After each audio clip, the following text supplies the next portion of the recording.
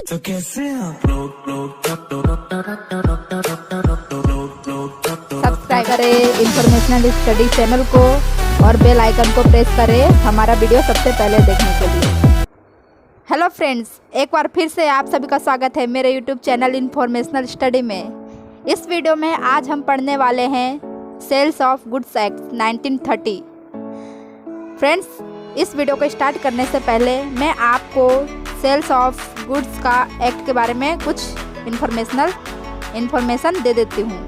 जैसा कि आप यहाँ पर देख सकते हैं, the act came into force on 1 July 1930 and extend to whole of the India except the state of Jammu Kashmir. मतलब जो यह सेल्स ऑफ गुड्स का एक्ट है, यह कब आया था एग्जिस्टेंस में, मतलब कब इसका एस्टेब्लिशमेंट हुआ था, तो 1 जुलाई 1930, और यह पूरे इंडिया में लागू हुआ था except state of Jammu and Kashmir. Jammu और कश्मीर को छोड़कर यह पूरे इंडिया में यह सेल ऑफ गुड्स का एक्ट लागू हुआ था। इस वीडियो में हम पहले सेल ऑफ गुड्स के बारे में थोड़ा देख लेते हैं। यहाँ पर जैसा कि आप देख रहे हैं, यहाँ पर कुछ डेफिनेशन में कुछ टॉपिक दिए हुए हैं, फर्स्ट सेकंड थर्ड करके। तो इसमें हम देख लेते हैं। In section 2 of this act various terms are defined. Example for goods, future goods, document of title to goods, mercantile agent etcetera. मतलब इस गुड में goods, future goods, document of title of goods और mercantile agent, ये सब के definition मतलब section 2 में दिए गए हैं। And second point, in section 4 the term, मतलब सेक्शन 4 क्या बताता है, sale and agreement to sale are explained. मतलब सेक्शन 4 में क्या एक्सप्लेन किया गया है, sales means contract of sale and agreement to sale को एक्सप्लेन किया गया है सेक्शन 4 में। और सेक्शन 5 में how a contract of sale is made, मतलब कॉन्ट्रैक्ट ऑफ सेल कैसे बनता है वो एक्सप्लेन किया गया है। In section 6, 7 and 8 subject matter of contract of sale of goods is explain. मतलब जो कॉन्ट्रैक्ट ऑफ सेल का जो सब्जेक्ट मैटर है वो सेक्शन 6, 7 एंड 8 में एक्सप्लेन किया गया है। Third point, provisions about condition and warranty. जो इस पर मैंने पिछले वीडियो में इस टॉपिक के बारे में मैंने पिछले वीडियो में अपलोड किया था। And fourth point, section 18 to 26 means section 18 से लेकर 26 deal with the transfer of ownership. मतलब 18 से लेकर 26 जो सेक्शन है उसमें ट्रांसफ़र ऑफ ऑनरशिप मतलब ट्रांसफ़र ऑफ प्रॉपर्टी के बारे में एक्सप्लेन किया गया है। Fifth point, section 31 to 44 contain the provisions regarding effect of the contract and rights and duties of buyers and seller। मतलब सेक्शन 31 से लेकर 44 में सेलर और बायर की ड्यूटी, राइट्स इत्यादि एक्सप्लेन किए गए हैं। Point number 6, section 45 to section 52 deal with rights of an unpaid seller. मतलब सेक्शन 45 से लेकर 52 में राइट्स ऑफ अनपेड सेलर को एक्सप्लेन किया गया है। 7 point, the provisions regarding remedies and consequence of breach of contract of sale of goods are contain in section 55 to 61। मतलब कि 55 से लेकर 61 सेक्शन में इसमें रेमेडीज़ के बारे में एक्सप्लेन किया गया, breach of contract of sale के रेमेडीज़ के बारे में। And point number 8, finally section मतलब last section, final section 61 to 66 are concerned with miscellaneous matters like auction sale. मतलब ऑक्शन सेल को सेक्शन 61 to 66 में एक्सप्लेन किया गया है। ऑक्शन का मतलब होता है नीलामी। फ्रेंड्स, इसके बाद हम बायर की डेफिनेशन देखेंगे। Buyer means a person who buys or agrees to buys goods, जो कि सेक्शन 2 सब सेक्शन 1 में डिफाइन किया गया है। मतलब सेक्शन 2 सब सेक्शन 1 में बायर के बारे में डेफिनेशन दी गई है। बायर किसे कहते हैं, तो बायर मीन्स अ पर्सन, मतलब बायर एक पर्सन है, हु बाइज और एग्री टू बाइज गुड्स, मतलब वह एक ऐसा पर्सन, बायर उसे बोलेंगे ऐसे पर्सन को जो कुछ गुड्स खरीदना चाहता है और एग्री टू मतलब खरीदने के लिए एग्री होता है, उसे हम बायर बोलेंगे। सेकंड, सेलर की डेफिनेशन। सेलर की डेफिनेशन सेक्शन 2 सबसेक्शन 13 में डिफाइन की गई है। Seller means a person who sells or agree to sells goods, मतलब seller means a person, seller मतलब एक ऐसा पर्सन है जो कि सेल बेचता है, क्या बेचता है तो गुड्स, और एग्री टू मतलब बेचने के लिए कॉन्ट्रैक्ट करता है, फ्यूचर में बेचने के लिए कॉन्ट्रैक्ट करता है, उसे हम सेलर कहेंगे। And third, delivery. डिलीवरी यह सेक्शन 2 सबसेक्शन 2 में डिफाइन किया गया है। Delivery means voluntary transfer of position from one person to another. Means delivery उसे कहेंगे कि वॉलंटरी मतलब तुरंत ही पोजीशन किसी अनदर पर्सन को ट्रांसफ़र हो जाती है, एक पर्सन से दूसरे पर्सन को ट्रांसफ़र हो जाती है। गुड्स, जैसे कि हम किसी भी चीज़ का डिलीवरी करते हैं तो जब हम दूसरे पर्सन को वह गुड्स प्रोवाइड कर देते हैं तो वहाँ पर जो पोजीशन होता है, जिस पर्सन को हमने वह गुड्स प्रोवाइड किया है उस पर्सन के पास वह पोजीशन वॉलंटरी मतलब कि तुरंत ही उस पर्सन को उसका पोजीशन ट्रांसफ़र हो जाता है, तो जिसे हम बोलेंगे डिलीवरी। एंड फोर्थ है definition, deliverable state. Deliverable state यह एग्रीमेंट टू सेल में यह सिचुएशन आता है। डिलीवरेबल स्टेट मीन्स कि अभी तक मतलब वहाँ पर डिलीवरी नहीं हुई है बट वो उस स्टेज पे आ जाते हैं। तो गुड यहाँ पर देखेंगे सेक्शन 2 सबसेक्शन 3 में, goods are said to be in a deliverable state when they are in such state that the buyer would under the contract and be bound to take delivery of them. Means goods को हम तभी deliverable state में कहेंगे जब वह goods delivery करने के लिए रेडी हो, यानी कि तब वह डिलीवरेबल स्टेट में होता है, जहाँ पर when they are means जहाँ पर बायर और सेलर एक दूसरे के साथ कॉन्ट्रैक्ट करते हैं और buyer would under the contract means buyer contract में आता है, मतलब कॉन्ट्रैक्ट में शामिल होता है, and be bound to take delivery of them, और हम उसे डिलीवरी देते हैं गुड्स की। जब गुड्स डिलीवरेबल स्टेट में होता है तो हम बायर को उस गुड्स की डिलीवरी कर देते हैं और यहाँ पर जो गुड्स की ऑनरशिप होती है वह बायर को इमीडिएटली ट्रांसफ़र हो जाती है। And fifth, document of title to goods. Guys, इसमें document of title of goods में क्या होता है कि जैसे हमारे पास कोई शेयर वारंटी इत्यादि डॉक वारंट जिस पर हमारा नाम नहीं लिखा होता है, जैसे हमने कि किसी कंपनी के शेयर परचेस किए हैं और उस कंपनी ने हमें शेयर वारंट इशू किया है, तो उस शेयर वारंट पे पर्टिकुलर हमारा नाम नहीं लिखा रहता है, बट ऐसा बता दिया जाता है कि इस पर्सन ने इतने का शेयर परचेस किया है। तो उस सिचुएशन में यदि हम अपना शेयर किसी थर्ड पर्सन या थर्ड पार्टी को सेल करना चाहें तो हम सेल कर सकते हैं, और जो टाइटल है गुड्स का मीन्स जो शेयर वारंट है हम उस पर्सन को दे सकते हैं, वह ट्रांसफरेबल होता है, उसमें ऑनरशिप थर्ड पार्टी के पास चली जाती है। तो इसमें लिखा है सेक्शन 2 सबसेक्शन 4 में इट इंक्लूड्स मतलब documents of title to goods क्या इंक्लूड करता है, तो it includes a bill of lading, dock warrant, warehouse keeper certificate, wharfinger certificate, railway receipt, multimodal transport document warrant और order for delivery of goods.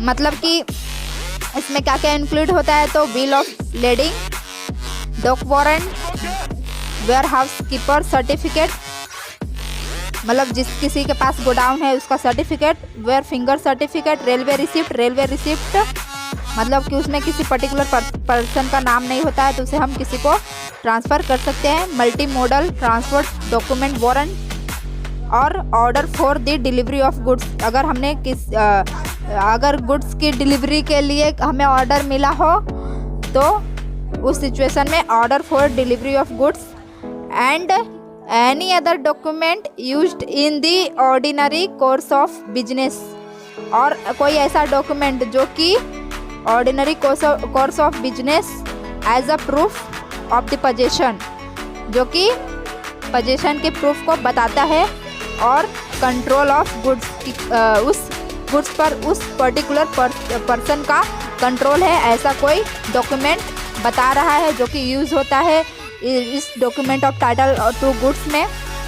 और authorising और परपोर्टिंग to authorise, जो उसे authorise करता है और उसके पास rights होता है उसे ऑथोराइज करने का, आइदर बाय इंडोजमेंट, मतलब उसके पास राइट है कि वो उस गुड्स को, उस शेयर वारंट को किसी पर्सन को आइदर बाय इंडोजमेंट मतलब इंडोज कर सकता है, और बाय डिलीवरी मतलब डिलीवरी के थ्रू भी उसे वह गुड जो डॉक वारंट या शेयर वारंट होता है वह उसे ट्रांसफ़र कर सकता है, उसमें ऑनरशिप भी थर्ड पार्टी को ट्रांसफ़र हो जाती है।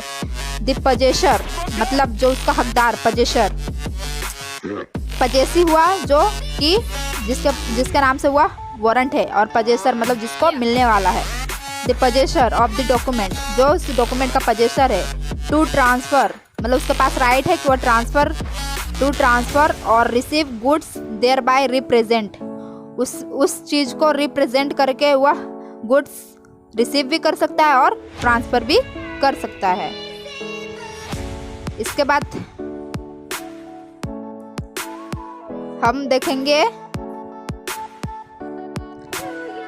List of documents of title of goods.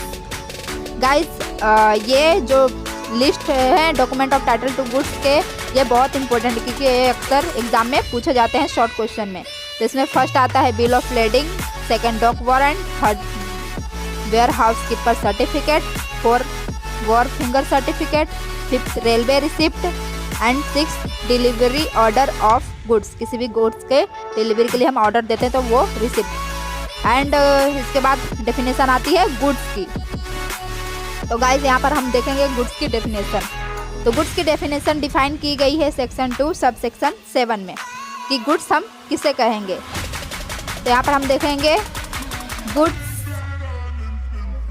यहाँ पर हम देखेंगे कि गुड्स किसे कहते हैं। Goods means every kind of movable property.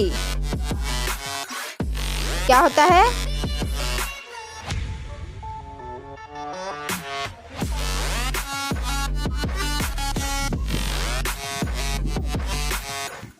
Goods क्या होता है?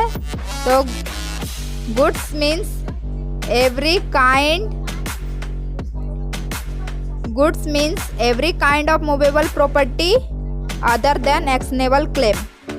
मतलब गुड्स उसे बोलेंगे every kind of movable property. Goods वही होगा जो मूव करता हो, कोई भी ऐसा गुड्स जो कि मूव करता हो, मतलब उसे हम एक जगह से दूसरी जगह इजीली ले जा सके, तो उसे हम बोलेंगे मूवेबल प्रॉपर्टी।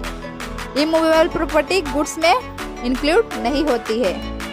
यहाँ पर लिखा है goods means every kind of movable property other than actionable claim and money. Money क्या होता है? हम गुड्स में उसे इंक्लूड नहीं कर सकते। और जो एक्शनेबल क्लेम में लाइक जैसे promissory note, bill of exchange, ये सब आ गए, तो ये सब एक्शनेबल क्लेम होते हैं। एंड इंक्लूड यह गुड्स और क्या क्या इंक्लूड करता है? तो stock and share, growing crops, grass and things attached to or forming part of land which are agreed to be severed before sale or under the contract of sale. मतलब यहाँ पे goods की definition क्या हुई? Definition कि goods means every kind of movable property other than actionable claim. मतलब goods उसे कहेंगे एवरी, जितने भी तरह की मूवेबल प्रॉपर्टी है हम उसे गुड्स कहेंगे अदर देन एक्शनेबल क्लेम, और मनी के अलावा सभी मूवेबल प्रॉपर्टी को हम गुड्स कहेंगे। गुड्स या भी गुड्स, स्टॉक, शेयर, गुड्स में क्या क्या इंक्लूड होता है? तो स्टॉक, शेयर, ग्रोविंग क्रॉप्स मतलब कि जो हम क्रॉप्स को ज़मीन में उगाते हैं वो, ग्रास को भी हम गुड्स कहेंगे। एंड थिंग्स अटैच्ड मतलब कि जो हमारी फॉर्मिंग पार्ट, मतलब कि जो ज़मीन से जो भी चीज़ जुड़ी हुई है हम उसे गुड्स कहेंगे, जिसे हम which are agreed to be severed before sale, जिसे हम बेचने से पहले उस जगह से, मतलब उस ज़मीन से अलग कर सके ऐसा चीज़, ऐसे सभी चीज़ को हम क्या बोलेंगे, goods. Under the contract of sale में, कॉन्ट्रैक्ट ऑफ सेल में ऐसी सभी चीज़ों को हम क्या बोलेंगे, गुड्स। तो यहाँ पर एक बार फिर से हम देख लेते हैं। Goods means every kind of movable property other than actionable claim and money. मतलब सभी मूवेबल प्रॉपर्टी क्या होती है, गुड्स होती है। इसके अलावा तो actionable claim and money and includes goods, और क्या क्या इंक्लूड करता है, तो stock and shares, growing crops मतलब कि अनाज, ग्रास यानी घास, एंड थिंग्स मतलब जो जो चीज़ ज़मीन से अटैच्ड है वो, और फॉर्मिंग पार्ट ऑफ लैंड मतलब कि जो ज़मीन से उपजाऊ होते हैं, मतलब प्रोड्यूस होते हैं, ऐसे थिंग्स। विच आर, जिसे हम सेल करने से पहले अलग कर सके, उस जगह से उसे अलग कर सके कॉन्ट्रैक्ट ऑफ सेल में। इसके बाद हम देखेंगे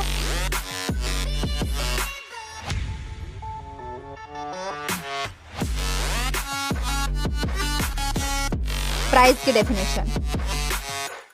प्राइस मीन्स, प्राइस कौन से सेक्शन में डिफाइन किया गया है, तो सेक्शन 2 सब सेक्शन 10 में प्राइस को डिफाइन किया गया है। Price means the money consideration for a sale of goods.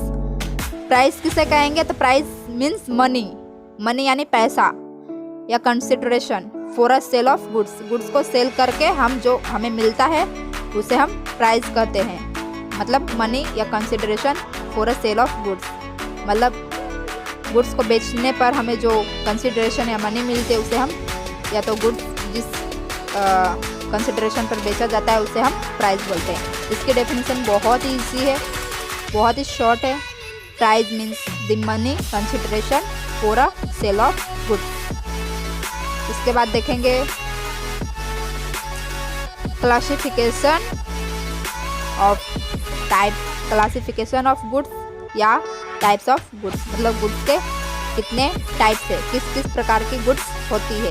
तो first existing goods, future goods and third contingent goods.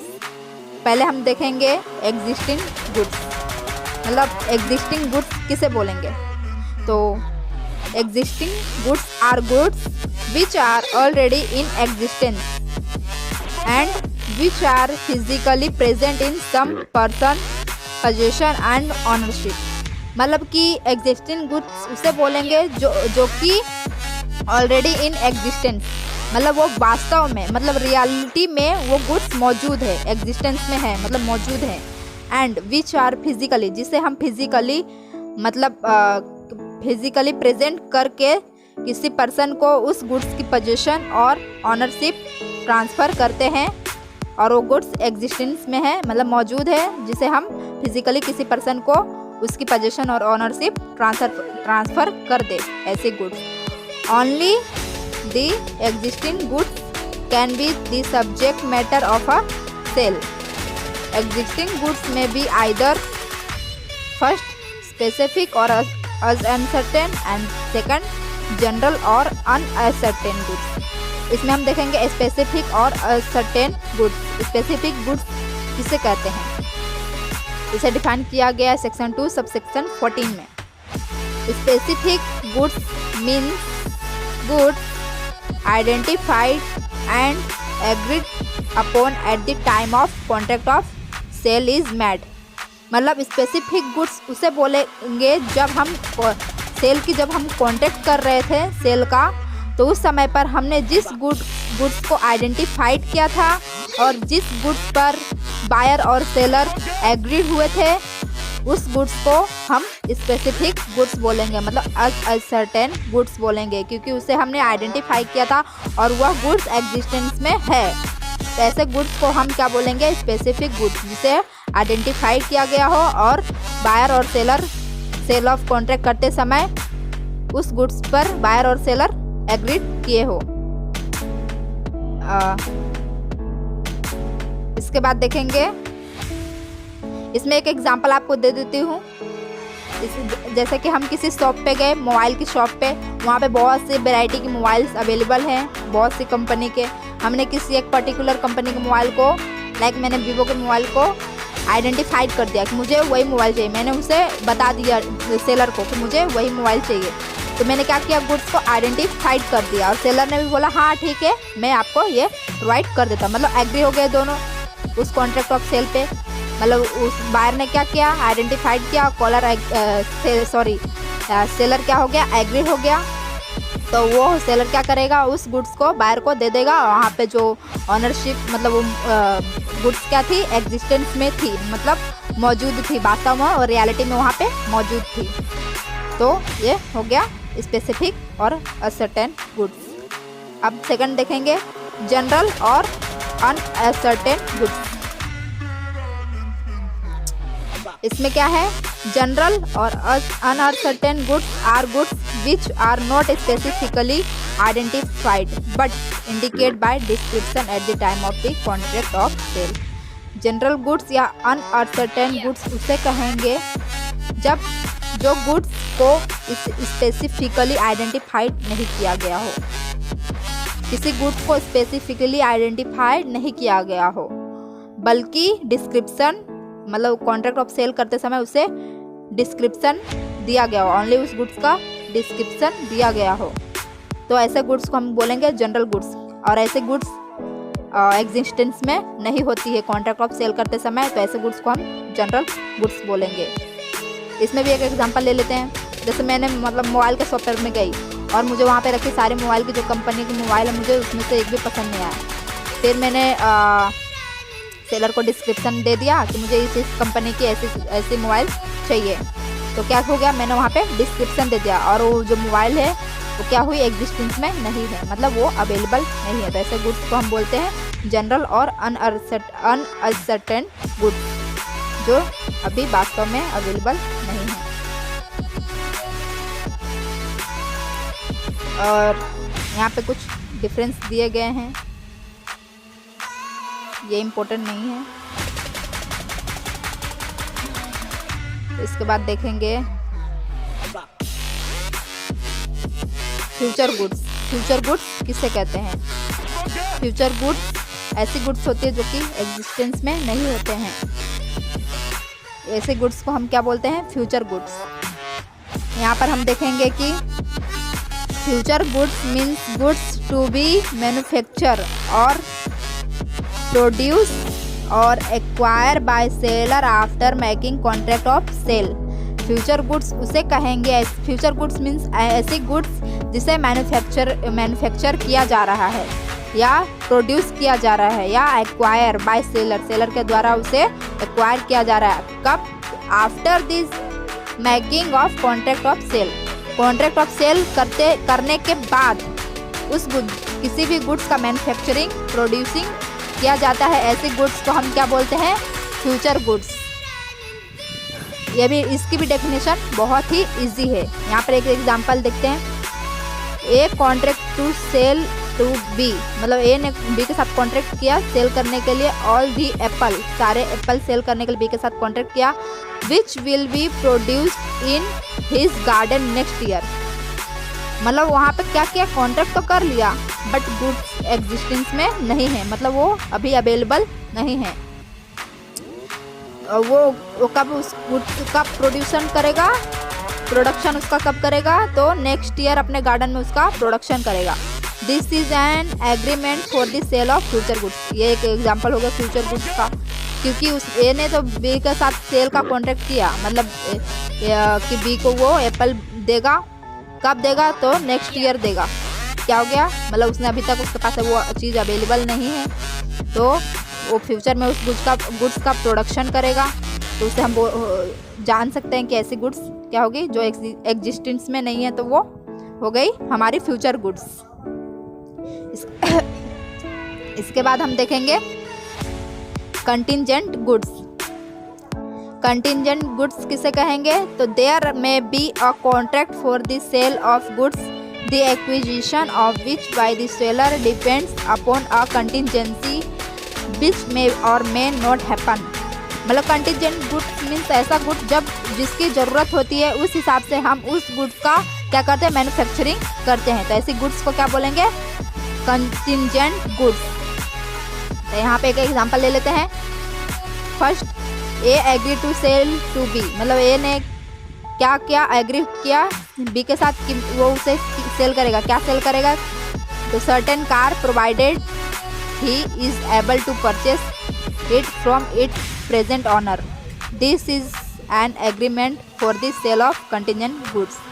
मतलब ए ने बी के साथ कॉन्ट्रैक्ट किया कार का, provided he is able to purchase, और बी उसे परचेस करने के लिए एबल है, it from it present owner, उस कार के प्रेजेंट ऑनर से वह परचेस करने के लिए अवेलेबल है, एबल है। This is an agreement for sale of contingent goods, मतलब कि यह मे or may not be happen.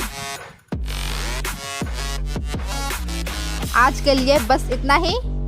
Tata, bye bye, see you. Subscribe and like to my channel.